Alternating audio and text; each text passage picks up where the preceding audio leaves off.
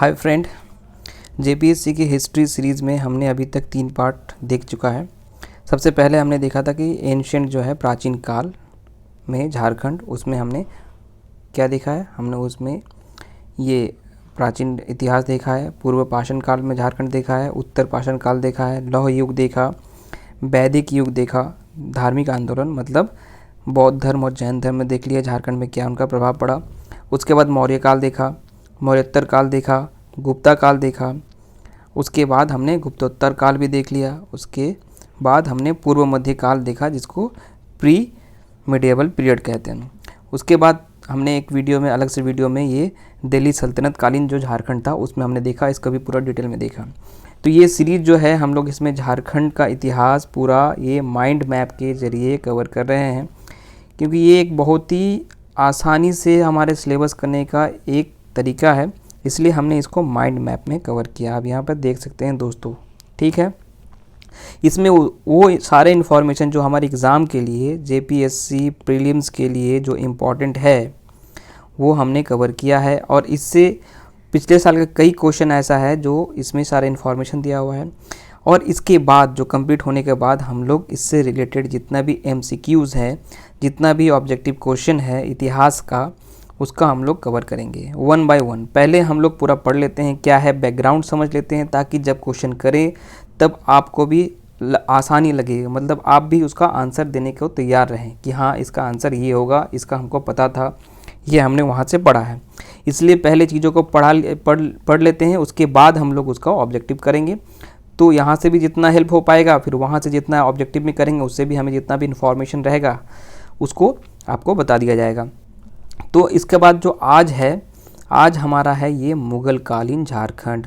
मुग़ल कालीन झारखंड में क्या क्या डेवलपमेंट हुआ और क्या क्या यहाँ पे चेंजेस हुए हैं वो सब देखेंगे, ठीक है। सबके अलग अलग शासन काल में देखेंगे।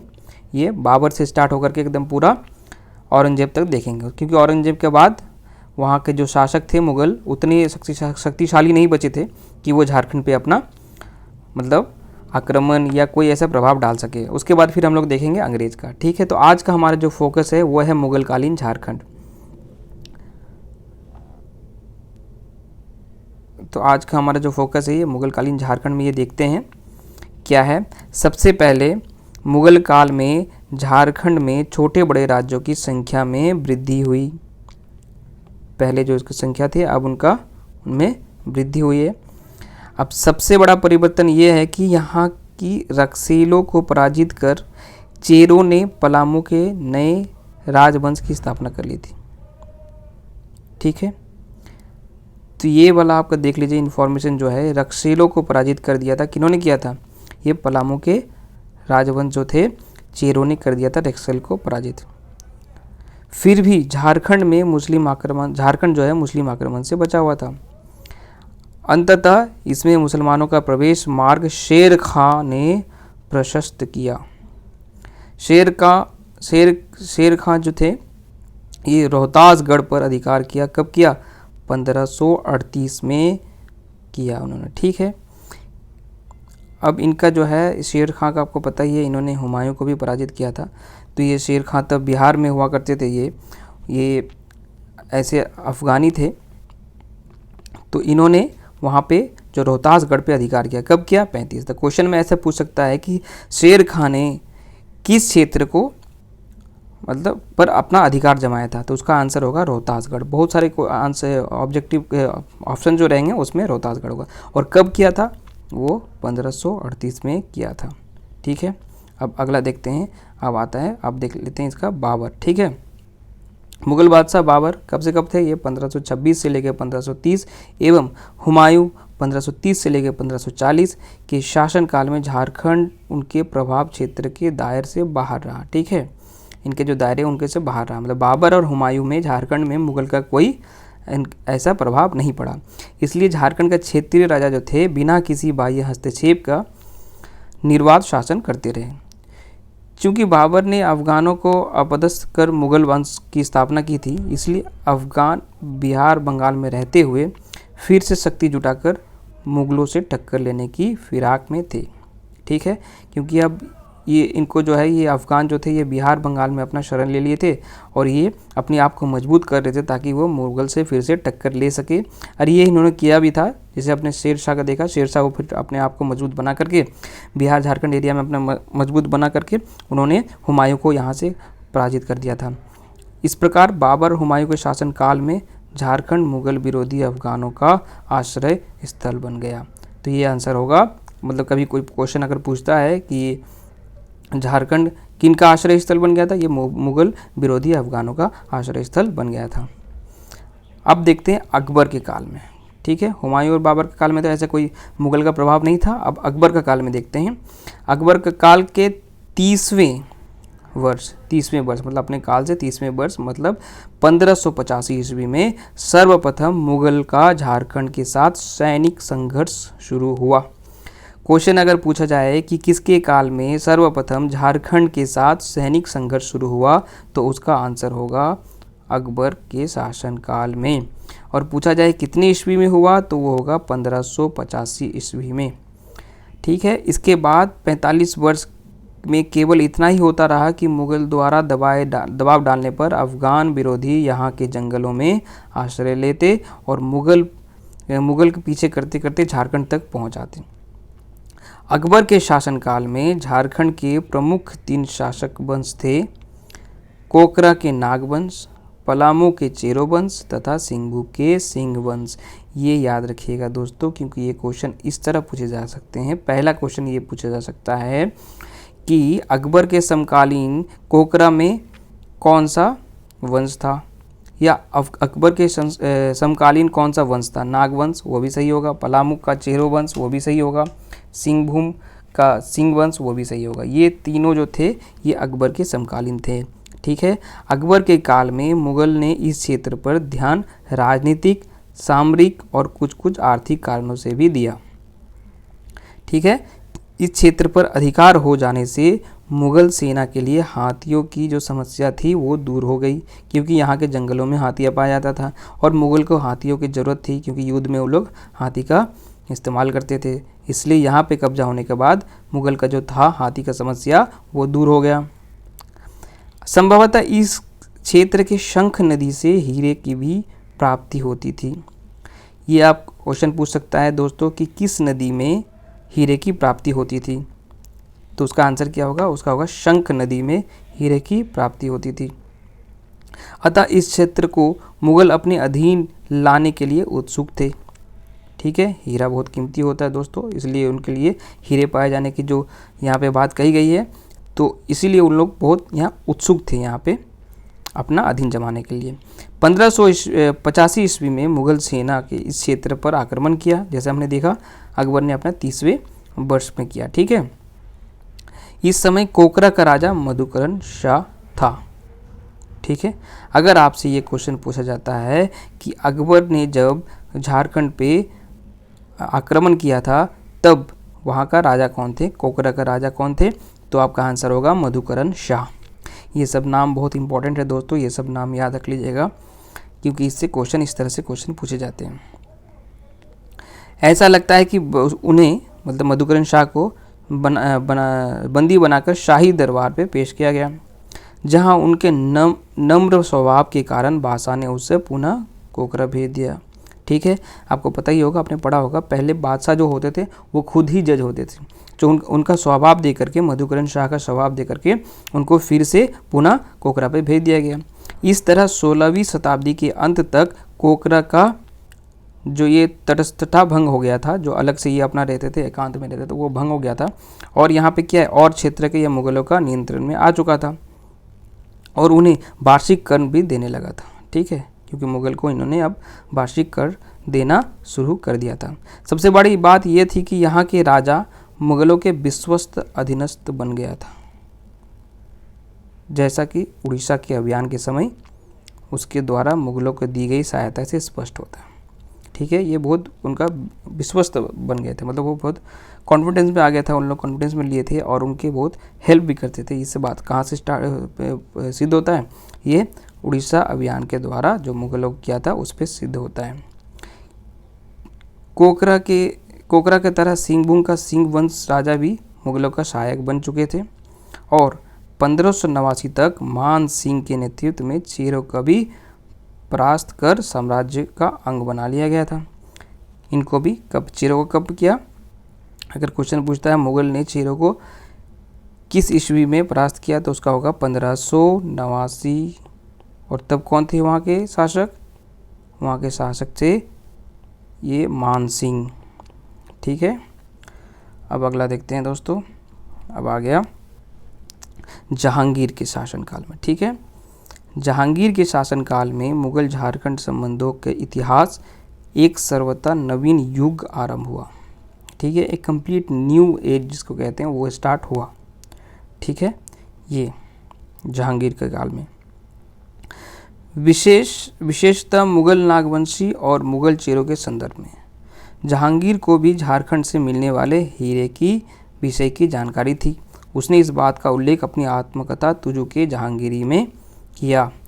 तो अगर ये क्वेश्चन आता है कि किस मुगल बादशाह ने हीरे की विषय की जानकारी दिया है तो उसका होगा आंसर जहांगीर ने। कहाँ पे दिया? तुझु के जहांगीरी। ये कौन है? इसकी आत्मकथा है। ठीक है, तुझु के जहांगीरी में झारखंड के शंख नदी में हीरे पाए जाने की बात कही गई है।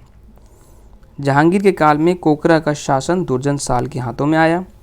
उसने मुगल दरबार को वार्षिक कर देना भी बंद कर दिया था। किसने? दुर्जन साल ने। तो ये क्वेश्चन अगर आता है कि किसने मुगल को वार्षिक कर देना बंद कर दिया था तो उसका आंसर होगा दुर्जन साल।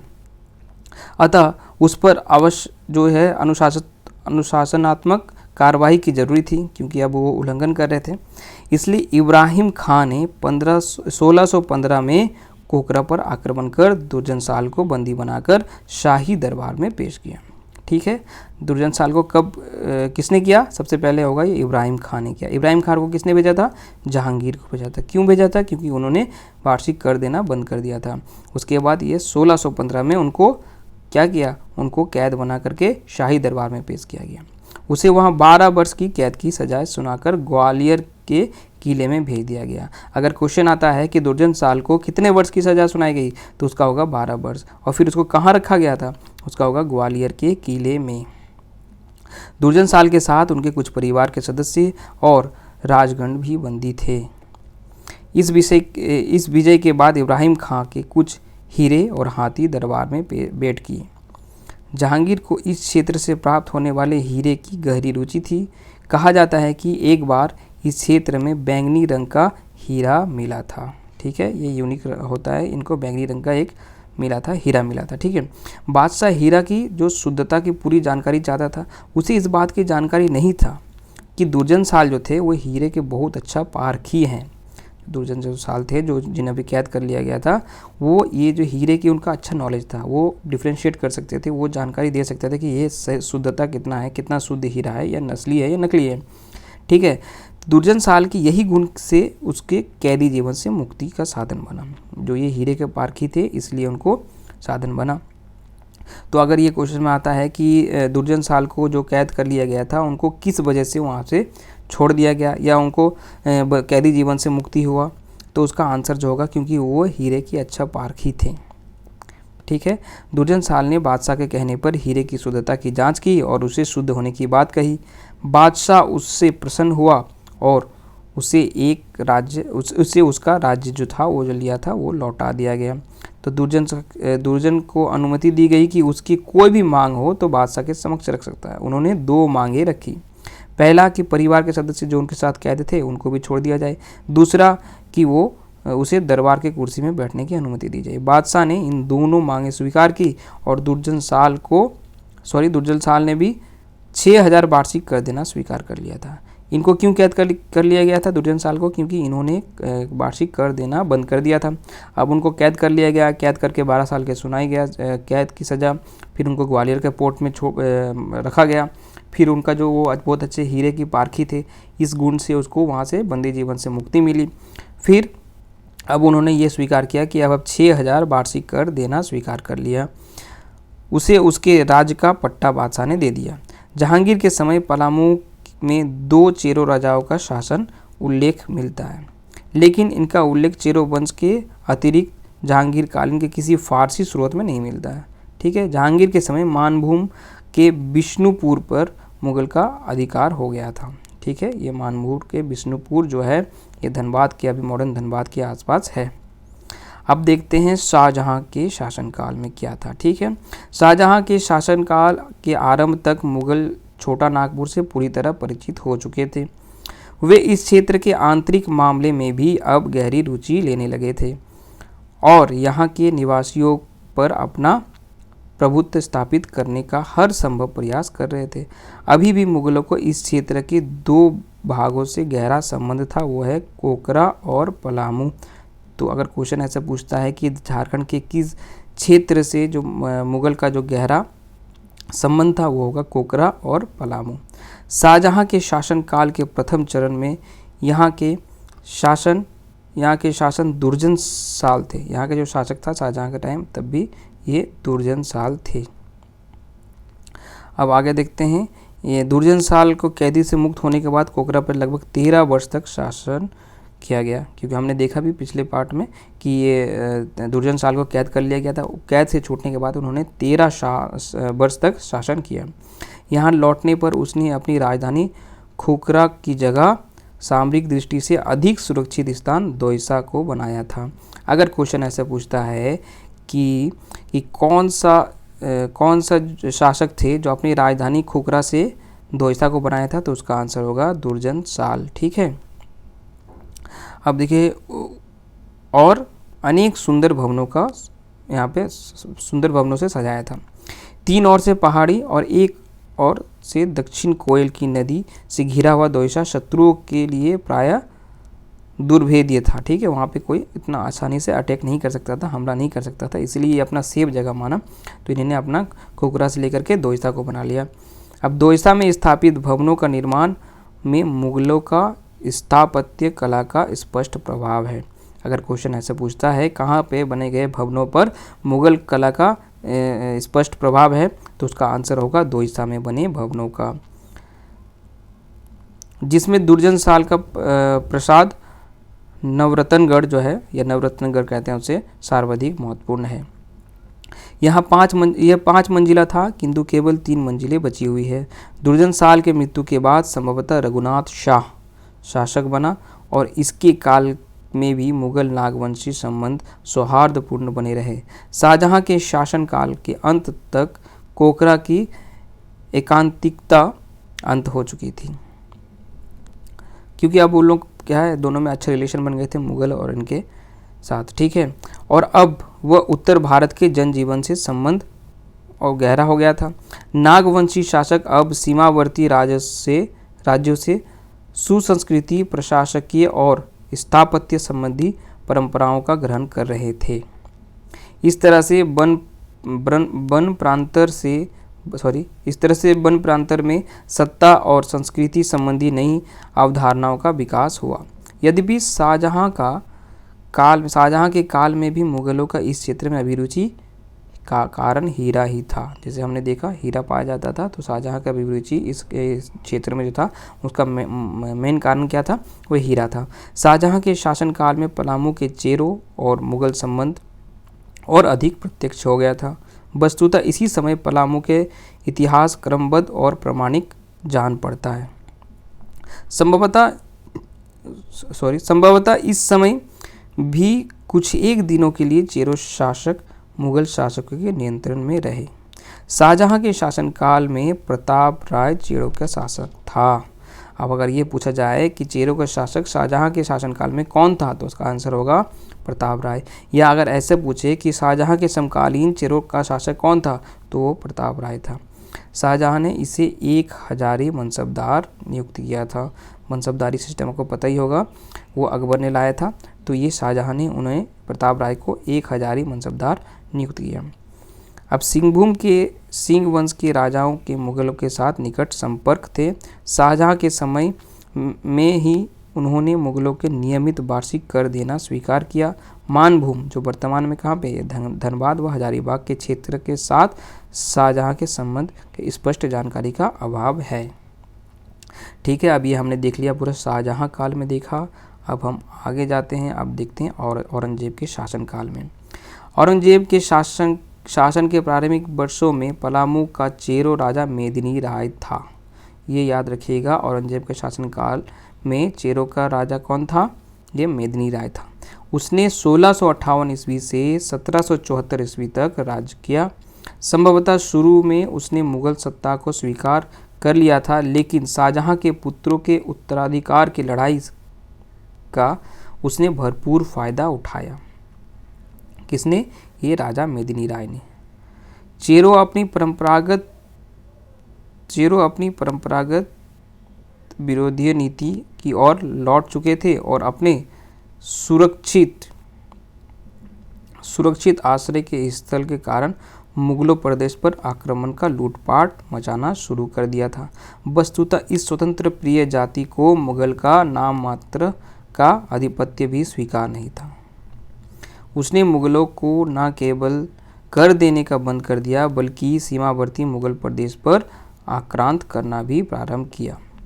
यह स्थिति औरंगजेब जैसी साम्राज्यवादी शासक के लिए क्या था? यह अस्वीकार था। औरंगजेब ने बिहार के सूबेदार दाऊद खां को पलामू पर आक्रमण करने और चेरो राजाओं से कर वसूलने का आदेश दिया।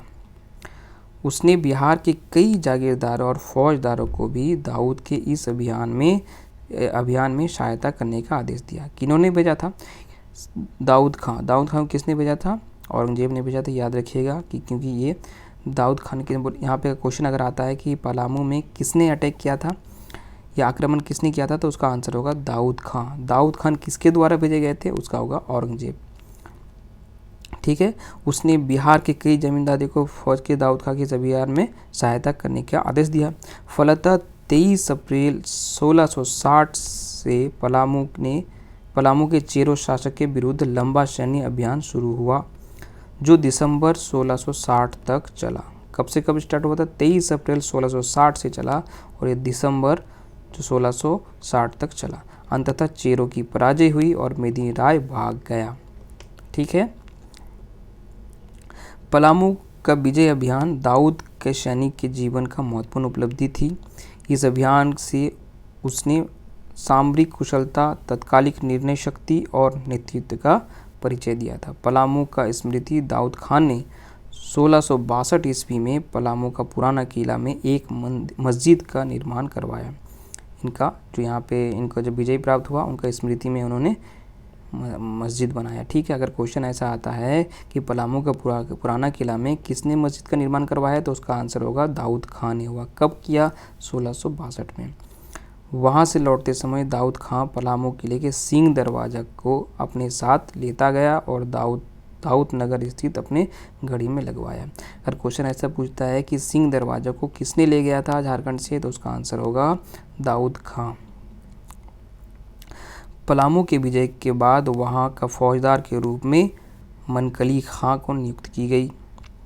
1666 तक रहा वो जो फौजदार थे वहाँ पे, क्योंकि पलामू से वो जो मेदिनी राय थे जो भाग खड़े हुए थे वहाँ पे, अब जो फौजदार के रूप में किसको किया गया? मनकली खां को। तब इसका अगर क्वेश्चन अगर पूछता है कि पलामू के फौजदार के रूप में किसे नियुक्त किया गया था, तो उसका आंसर होगा मनकली खां, जो 1666 तक रहा। मनकली खां के तबादले के बाद वहाँ का शासन बिहार के सूबेदार के हाथ आ गया। दाऊद से पराजित होने के बाद मेदिनी राय जो है वो सरगुजा भाग गया था। अगर क्वेश्चन ऐसा पूछता है कि दाऊद से हार के बाद मेदिनी राय कहाँ चले गए थे, तो उसका आंसर होगा सरगुजा। और मनकली खां के हटते पुनः पलामू लौट आया। ये मेदिनी राय जैसे मनकली खां जो हटा और ये जो क्षेत्र जो बिहार के सूबेदार के हाथ में आया, तब ये मेदिनी राय फिर वापस आ गए और उसने अपने खोए हुए राज्य का अधिकार कर लिया। मेदिनी राय को न्यासी राजा भी कहा जाता है। अगर क्वेश्चन ऐसे पूछता है कि न्यासी राजा किसे कहा जाता है, तो उसका आंसर होगा मेदिनी राय। ठीक है। उसने शीघ्र ही पलामू को विपन्नता से उबार कर समृद्धि के शिखर पर लाकर बैठा दिया। ऐसा लगता है कि उसके अधीन पलामू की सुधरी हुई दशा को ध्यान में रखकर मुगलों ने पलामू को उसके अधीन ही रहने दिया। आज भी पलामू वासी मेदिनी राय के शासनकाल को चेरो शासन का स्वर्ण युग के रूप में जानते हैं। अब अगर क्वेश्चन ऐसा पूछता है कि चेरो शासन के स्वर्ण युग के रूप में किसके काल में माना जाता है, तो उसका आंसर होगा मेदिनी राय। मेदिनी राय के पलामू की गद्दी पर पुनर्स्थापित हो जाने पर औरंगजेब ने इस क्षेत्र पर रुचि लेना बंद नहीं किया और यहाँ पर मुगलों का नाम मात्र ही सही पर संप्रभुता बनी रही पर नाम मात्र ही। ठीक है।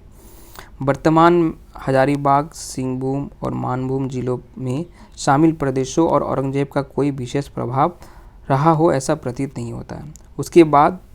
उसके बाद समय जो है वो हजारीबाग क्षेत्र में 5 प्रमुख राज्य थे। औरंगजेब के समय धनबाद और पुरुलिया जिला मुगल प्रभाव से प्राय बाहर ही थे। अगर ऐसे क्वेश्चन पूछता है कि कौन से 2 जिले जो है औरंगजेब के काल में मुगल प्रभाव से बाहर थे, उसका आंसर होगा धनबाद और पुरुलिया जिला।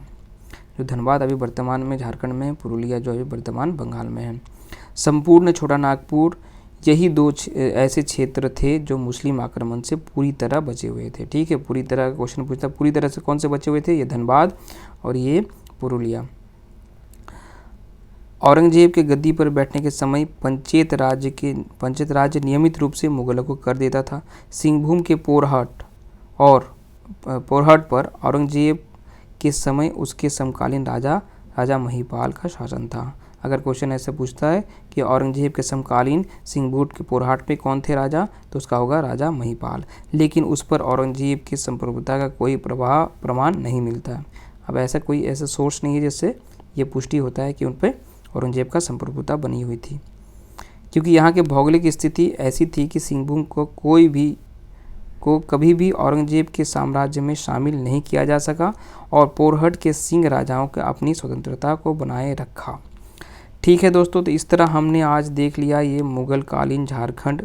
इसमें हमने स्टार्ट किया सबसे पहले शेर खां के टाइम में झारखंड देख लिया, उसके बाद बाबर हुमायूं का टाइम देखा, उसके बाद हमने अकबर के शासनकाल में देखा क्या क्या हुआ, उसके बाद हमने जहांगीर के काल में देखा, उसके बाद हमने शाहजहां के टाइम में देखा, उसके बाद औरंगजेब का देखा। और ये पूरा जब आ गया है, अब अगला पार्ट जो करेंगे हम लोग, ये अगला पार्ट ये होगा हमारा ये उत्तर मुगलीय झारखंड। ठीक है, उत्तर मुगलीय झारखंड होगा। उसके बाद हम लोग अंग्रेज का आगमन करेंगे झारखंड में। यहाँ पे देख लीजिए, ये झारखंड में अंग्रेज का प्रवेश। ये दोनों पार्ट करके हमारी जो हिस्ट्री है, ये झारखंड हिस्ट्री पूरा कंप्लीट हो जाएगा। उसके बाद हम लोग जितना भी इससे रिलेटेड ऑब्जेक्टिव क्वेश्चन है वो सबको 1 बाय 1 देखेंगे और डिस्कस करेंगे। उसके बाद फिर ज्योग्राफी, इकोनॉमिक्स, हर सब्जेक्ट को इसी तरह माइंड मैप बना करके हम लोग कंप्लीट करेंगे। ठीक है दोस्तों, अगर ये वीडियो अच्छा लगा होगा तो प्लीज़ लाइक कर दीजिए। अगर चैनल को सब्सक्राइब अभी तक नहीं किया है तो प्लीज़ दोस्तों सब्सक्राइब कर लीजिए और हो सके तो चैनल को शेयर कर दीजिएगा। वीडियो देखने के लिए थैंक यू।